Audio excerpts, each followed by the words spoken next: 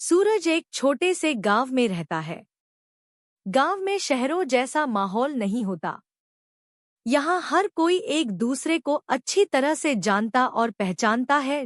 सूरज अभी 19 साल का हुआ है और यही वो उम्र होती जब कुछ एहसास आपके अंदर आने लगते हैं। सूरज एक गरीब परिवार से है।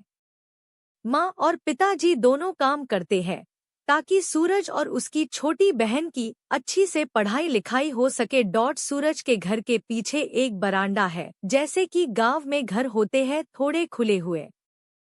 सूरज अक्सर गर्मियों में छत पर सोया करता है और आज भी सूरज छत पर सोया है।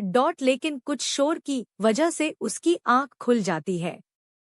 उठकर वो नीचे देखता है और यह पहली बार था जब उसने देखा है नेहा कोडोट हल्के नीले रंग की सलवार सूट पहने वो अपनी मम्मी के साथ। सामने वाले शर्मा जी यहाँ आई है। वो शर्मा जी की भांजी है। उसकी मम्मी ऑटो वाले के पैसों को लेकर बहस कर रही है। सुबह गर्मियों का सूरज है तेज। नेहा बैग लिए खड़ी है। उसकी आंखों पर सूरज की रोशनी आ रही है। यह देखकर सूरज, असली सूरज और नेहा के बीच में आ जाता है। अचानक से नेहा पर रोशनी पड़ना बंद हो जाती है और इसलिए उसका ध्यान जाता है सूरज की ओर। यह पहली बार था जब सूरज और नेहा ने एक दूसरे को देखा। अब उम्र समझो या और कुछ, लेकिन दोनों को पहली नजर में एक दूसरे से प्यार हो गया। फिर सूरज अक्सर नेहा के घर में टकट की बातें देखता रहता था। नेहा के मामा जी के घर के किचन की खिड़की रोड की ओर खुलती है, इसलिए सूरज अपने घर के बाहर ही डेरा जमाए रखता है। एक दिन सूरज अपने घर की छत पर खड़ा होकर पतंग उड़ा रहा था। पतंग उड़ाते उड़ाते उसका ध्यान एकदम से गया सामने वाले किचन की खिड़की पर और उसने देखा कि नेहा खिड़की से पतंग उड़ाते उसे देख रही है। सूरज अब हिम्मत करके नेहा की तरफ मुस्कुरा देता है और जवाब में वहां से भी एक प्यारी सी स्माइल आती है। सूरज की खुशी का कोई ठिकाना नहीं रहता है। नेहा एक दिन सूरज की छोटी बहन से बात कर रही होती है। हिम्मत करके सूरज भी उससे बात कर ही लेता है। सूरज को पता चलता है कि नेहा पतंग उड़ाना सीखना चाहती है। सूरज उसे सिखाने का बोलता है, लेकिन वो मना करती है क्योंकि उसकी मम्मी उसे किसी भी लड़के से बात करने भी नहीं देती। पतंग उड़ाना तो बहुत दूर की बात है। सूरज उसे बोलता है कि वो उसके घर के पीछे बारांदे में उसे सिखा देगा, साथ ही वहां सूरज की बहन भी होंगी। नेहा थोड़ा मनाने पर मान जाती है। आखिर वो भी सूरज के साथ समय बिताना चाहती है। नेहा की मम्मी जब उसकी मामी के साथ किसी रिश्तेदार से मिलने जाती है, तब नेहा सूरज के बारांदे में जाती है। लेकिन उन्हें नहीं पता था कि अनजाने में वो बड़ी मुसीबत में फंसने वाले हैं। पतंग उड़ाते समय नेहा के पैर में मोच आ जाती है और चल भी नहीं पाती है। नेहा वहीं बैठ जाती है।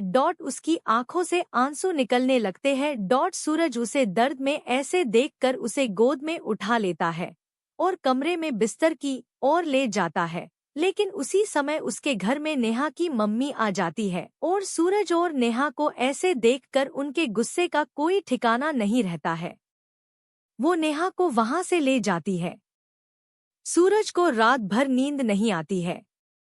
वो सुबह का इंतजार करता यह सोच रहा है कि नेहा का पैर कैसा होगा, साथ ही कहीं उसकी मम्मी ने नेहा को कुछ कहा या मारा तो नहीं। सुबह होती है और सूरज देखता है कि नेहा और उसकी मम्मी ऑटो में बैठकर जा रहे हैं। सूरज और नेहा की आंखों में कुछ बातें होती है और नेहा वहां से चली जाती है। अब सूरज को नेहा का ही इंतजार रहता है। उसका दिल कहता है कि नेहा फिर आएगी।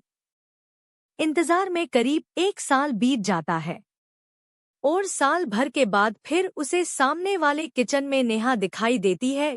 उसे खुशी होती है, लेकिन उसकी खुशी कुछ ही मिनट की होती है क्योंकि इस बार नेहा की मांग भरी है और उसके साथ उसका पति भी है। उसकी मम्मी ने उसकी शादी करवा दी है। रवि और निशा एक ही क्लास में है और रवि क्लास के चुप रहने वाले लड़कों में से है। ज्यादा बातें करना उसको पसंद नहीं है। क्लास में अच्छे नंबर भी ले आता है। निशा का अपना अलग ग्रुप है। निशा बोलने में थोड़ी तेज है। वो होते हैं जब टीचर पूछते हैं किसको यह आंसर आता है तो जो 4-5 बच्चे हाथ उठाते हैं उनमें से एक हाथ निशा का भी होता है। अब निशा और रवि दोनों 12th में है। यह उनका लास्ट ईयर है स्कूल का। हालांकि क्लास में दूसरी और लव स्टोरी बन चुकी है, लेकिन अभी तक इनकी सिर्फ फॉर्मल बातें हैं, कुछ खास नहीं है। यहाँ मैथ्स की जो क्लास लेते हैं वो है स्कूल के वाइस प्रिंसिपल त्रिपाठी जी। रवि की मैथ्स थोड़ी कमजोर है। निशा को त्रिपाठी जी ने बनाया है मैथ्स पीरियड का मॉनिटर। अगर कहीं काम में त्रिपाठी जी लेट हो जाए, जो कि वो अक्सर होते हैं, तो निशा क्लास को कंट्रोल करती है।